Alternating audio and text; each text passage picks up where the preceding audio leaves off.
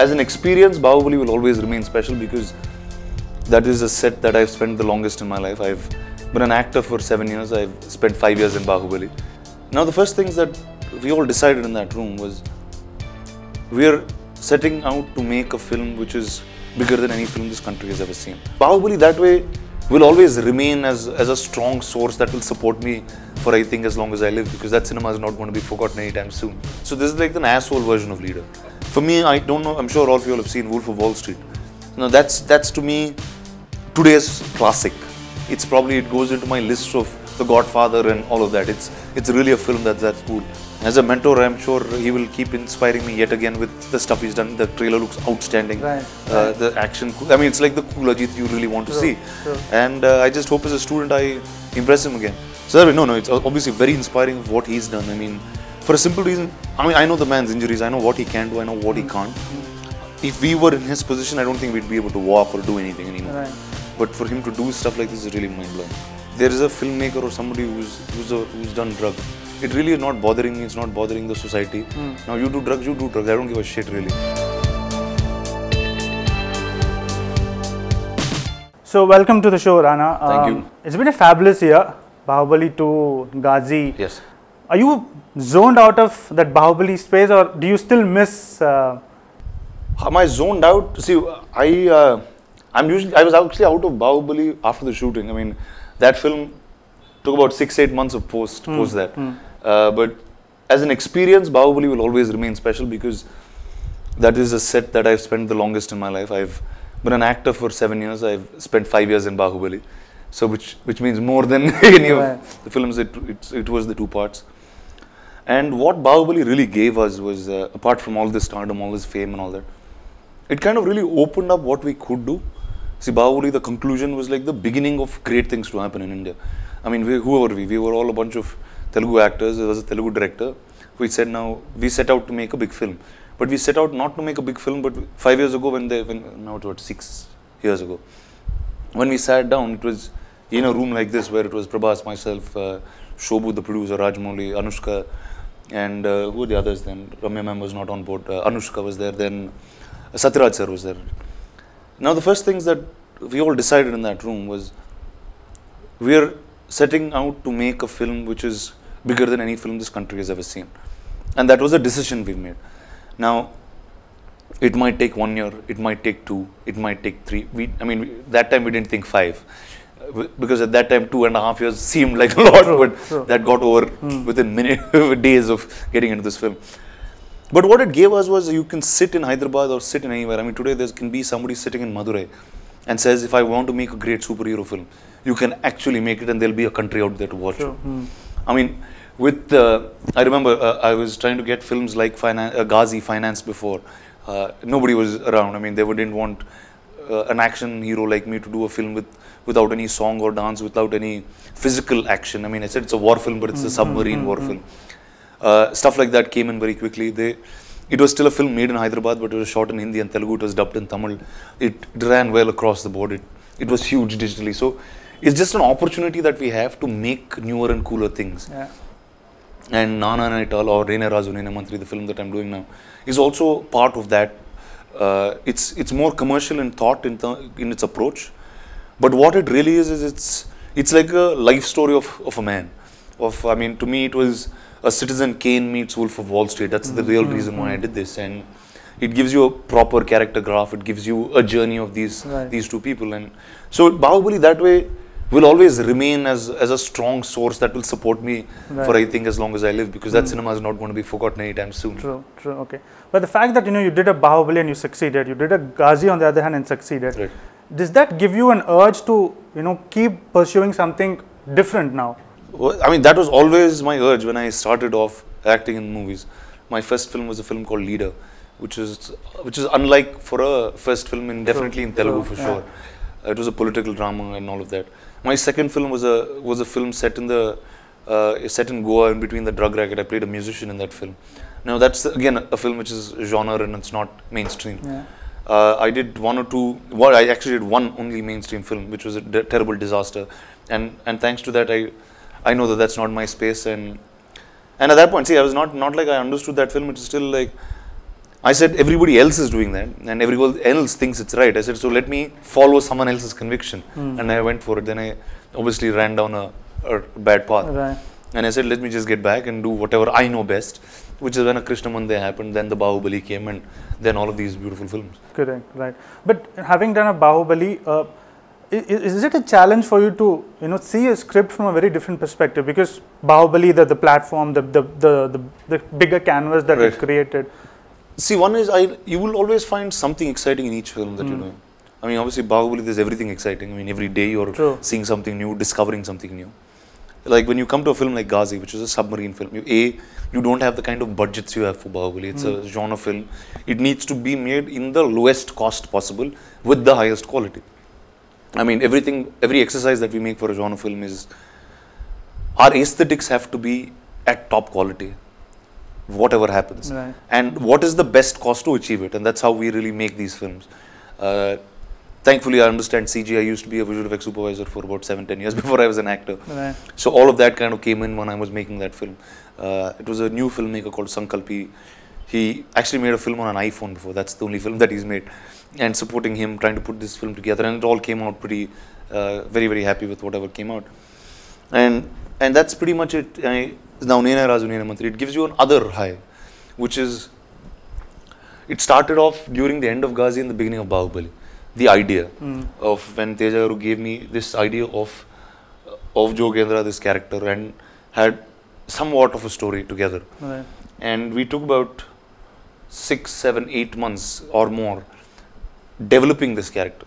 Okay. So it was, I mean, you're going to watch a 2.5-hour film, but I know this guy's life, literally, because we've written versions after versions, we've taken stuff, put it out, got it back in, got the main thread together. And the exercise of writing for so many months will give you far greater detailing in your story than anything else.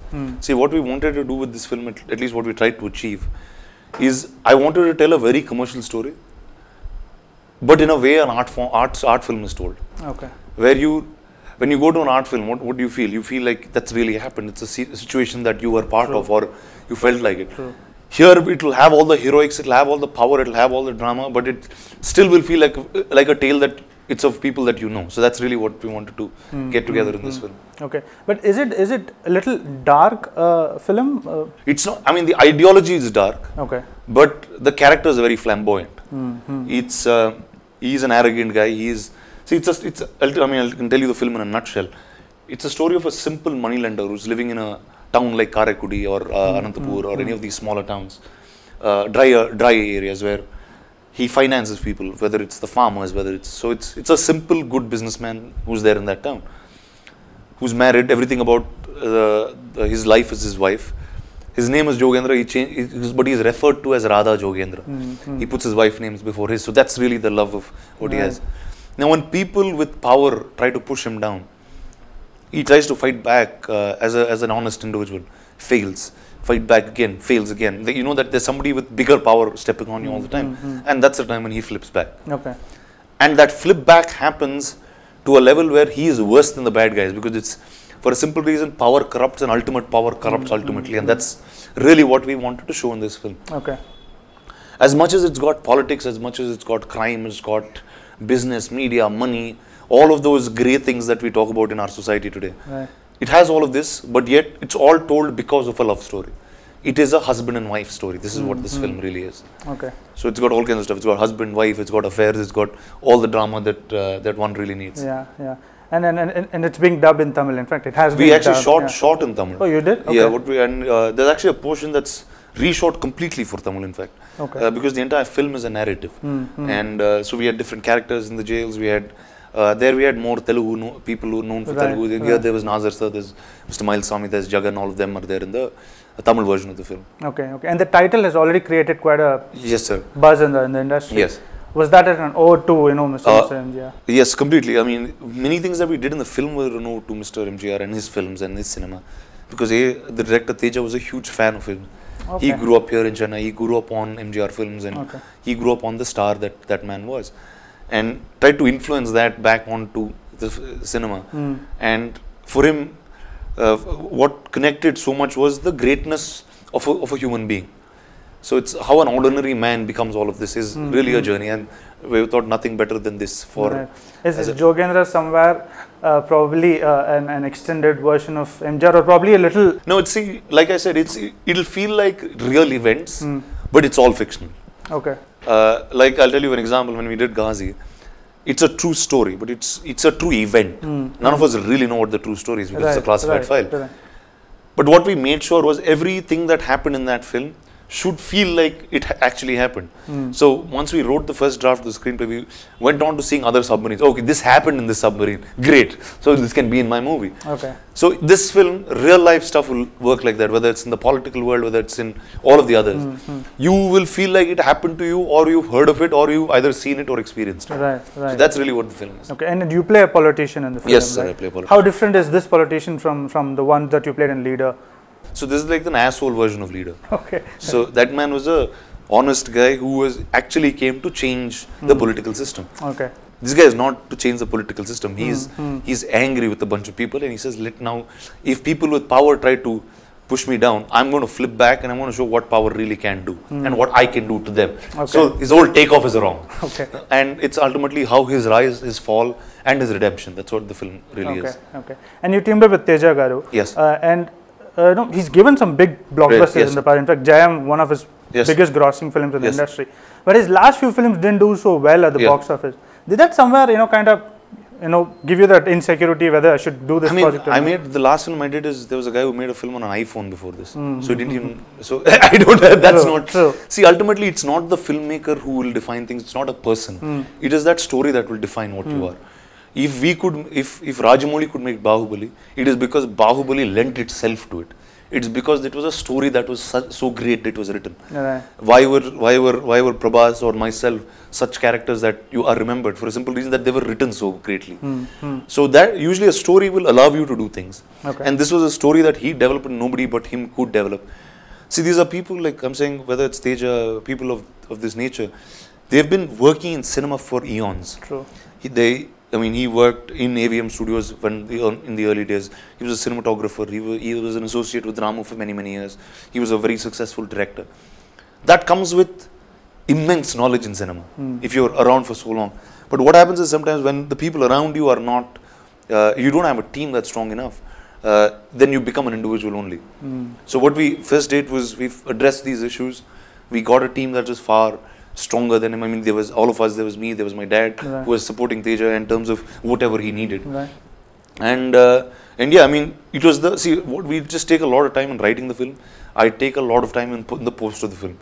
We try to finish shooting very fast. Okay. So that's the best way of really making a film in that sense, because we are still cost controlled. At the same time, we're trying to do something new. Okay. And every time you're trying to do something new, you have to hold costs very, very carefully because it is very, very new. True. And you don't know where it will light up. That's pretty much how we work on. And since you mentioned you spend a lot of time writing, yes, film. I didn't write. I just. True. See, I'm like an art curator. Okay. So there are a lot of people who come and tell me stuff, and I'm like, okay, this is really cool. Let me just work with this. So do you bounce off ideas with Teja Garu as he writes? Because he spent a lot of time. Lots of it. See, there was stuff that influenced me. What was that film that influenced me? Usually every time you do a film, you'll have some film that will resonate with you, or a book that will resonate with you, which is why you will do it. For me, I don't know. I'm sure all of you have seen Wolf of Wall Street. Now that's to me today's classic. It goes into my list of The Godfather and all of that. It's really a film that's cool. As a tale, it could be a very dark tale, just as a story. But the flamboyance in the way that character takes you through that madness in his life, that's really Wall Street. That's in that journey. But I'm saying we try to do that in a rural way with our Indian politics, and that's really what the kind of film that we try to make. Okay, that's interesting. Okay, and the film is coming out on August 11th. Yes, sir. So it will have a simultaneous release, I believe. Yes, right? yes, all over Telugu, Tamil, so you will be releasing along with Mr. Ajit's Vegam, which is coming probably a day before. Which is it or not? I'm not unclear. The industry buzz is it's coming on August 10th. Okay. Right. So well, I'm actually quite happy in that sense because I've come into Tamil cinema with Mr. Ajit, and I feel like I'm going to grow in his shadow. Okay. So if he's that giant tree, I'm the little plant that's going to grow under the shadow, and really I guess It's inevitable because that's a Telugu film really, and that's the date that we have, which is a great weekend. And well, I'm just thinking, I mean, as a mentor, I'm sure he will keep inspiring me yet again with the stuff he's done. The trailer looks outstanding. The action, I mean, it's like the cool Ajit you really want to see. And I just hope as a student I impress him again at some point in my film. And did his physical transformation inspire you? Because everybody spoke about, you know, the way he transformed himself for the film. Yeah. Physically, of course. I mean, I was part of a lot of things that he did in terms of training and stuff. I used to speak to him a lot. I mean, that's stuff that I do at a regular job level. And I think post Baahubali, we kind of figured out how to yo-yo with body weight and size.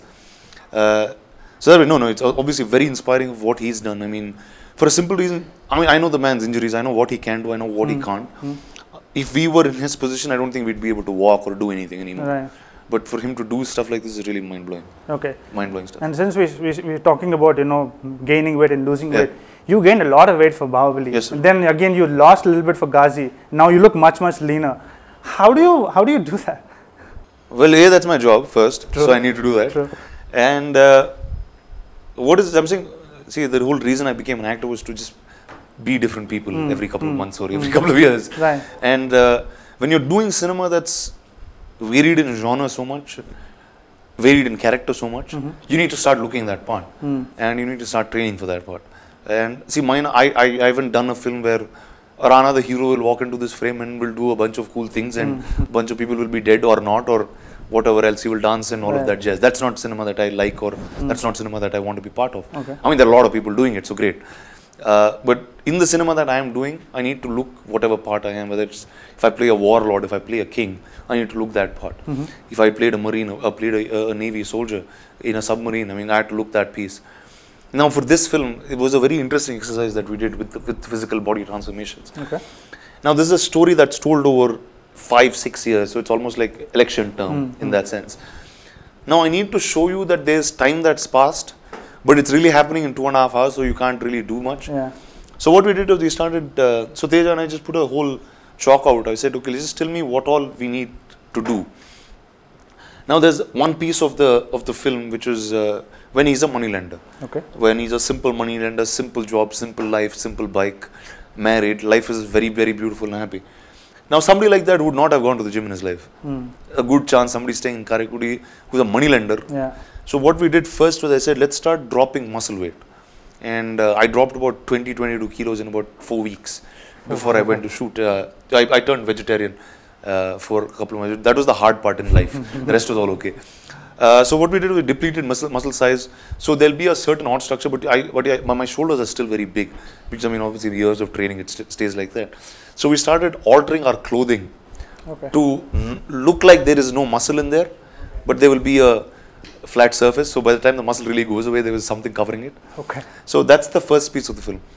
Now, as you go, as you have to become a violent, a not so very good person, a politician, and moving from grey to dark in the film, how do you establish that? So we said, let's start putting on weight, which will somewhere refer to what do you do when you're really arrogant. You probably drink a lot, you probably eat a lot, you're just merry in things that you do. You're arrogant with money, and you wear fancy things, you will wear gold stuff around you and stuff like that. There's a certain show off in whatever mindset. So I put on about 6 or 7 kilos. Then we started padding up because I couldn't put on any more fat. It was hard. So we padded up to one level. But while narrating the story, you need to see somebody who had a redemption, who's had a past and is not that same guy anymore. So I dropped all that weight. And if you see me in the narration, I'll start looking, you see the poster where I'm sitting. I'm actually a much leaner guy. So I was almost just like flesh and bones at that point. So and see what happens there is, the difference might start looking very subtle, but when you're seeing it over time, it will feel like, oh, this has been done over all these years. And that's really, see, if you look at yourself, if you take a picture now and see it 4 months later, there'll be some transformation, whether it's with some fat you put on the face here or there, hair, beard, whatever it is. So I'm saying we kept doing those exercises through and through. Okay, wonderful. Right. And then Rana, post Baahubali, have you earned the kind of respect as an actor, not from your peers, but probably from the industry, from the audience, kind of respect probably that you didn't earn before Baahubali, pre-Baahubali? I never know so much of what I've earned or not. I just like to do cool films. Okay. And if they're watching my films, I feel like that's enough. I've earned it. But if you know, I could I'm pull talking off on from the reception perspective. I mean, whatever I've done has been received extremely well. Okay. I've done a submarine war film in Telugu, True. which is very unlike, and it was received extremely well. The trail of this film has just been going through the roof in multiple places. I did a television show that's the highest rated TV show in Telugu of all time. So yeah, I think it works, no? Whatever I'm doing is working right now. So yes. And this new avatar as television host, was that done because, you know, there's this new trend of a lot of stars getting into the television? See, I mean, in Telugu it was lesser. I mean, it was just the older stars, whether it's Chiranjeevi sir and Nag sir, they were the only two people on television. Correct. And it's now me and Tarak on TV. It's a great medium. It's definitely a super medium. It's just that it's still very young for an actor to figure this out. Right. I think what I've done a lot of stage. I've hosted a lot of shows, hosted a lot of events. I think that is the right, so that becomes one piece by itself. Hosting shows, television, all of that, that's another piece by itself, which needs a separate focus altogether. So what I really do is I have a basic philosophy that I operate on, where I'm here really for the art form of cinema. So I make a lot of money out there, and then I come put back in doing mad movies. Okay. And that's pretty much it. And do you see that somewhere extend into, say, the web series space or something? 100%. Yeah, we're writing a bunch of these things. We're developing a bunch of them. Now we just don't know what the size, because that market is still not very mature. Right. So we don't know. I mean, you could do something in 1 lakh, you could do something in 100 crores. I mean, you could do anything. I mean, right now we're I think it's for Netflix, if I'm not wrong. So we've commissioned Baahubali, the show, which is the book. Amazon. Yeah, which is The Rise of Shivagami. That's the book that Mr. Anand Nilkantan had written. Now that's becoming a TV show. That's at $1.5 million per episode. 2 seasons, 12 episodes a season. So that's like a $40 million piece, baby, right there. Right. And that is the web. Right. Now, that's the bigness of the web. Right. Now, what is the other stuff that you can do? I think it's just waiting to kind of be cracked and be open. So we're just trying to. I have my head in there. I just don't know what I'm doing still. Right. Okay. Rana, no, to finish things up. Yeah. This whole drug thing which has plagued in the industry. Yes. Yeah. Your comments about it. See, one is it's just blown out of proportion. Really. Okay. Now if there is a filmmaker or somebody who's done drugs, it really is not bothering me. It's not bothering the society. Now you do drugs. I don't give a shit really. So now I've heard stranger and more dangerous stories. I mean, they were talking about stuff in schools, and now that's a very scary part. Right. I mean, so let's start focusing about the real problem there. I mean, are those people immigrants of this country? Are they people? How the hell are they getting stuff in here? I mean, if an older guy does it, I don't really care. I mean, you're an informed guy. You want to mess your life up, good for you. It's your problem. It's not society. But if it's getting into spaces where people are much younger, they do not have a mind of their own yet, they're influenced by stuff around you, that's bad news. Whether it's for a city, whether it's for a country, whatever it is. I think that's the stuff that you need to really focus on and get working on it. True, very true. Yeah. So on that note, thank you so much. Thank you, sir. Thanks Thank you very for your time much. and all the very best for the movie. Thank you so much.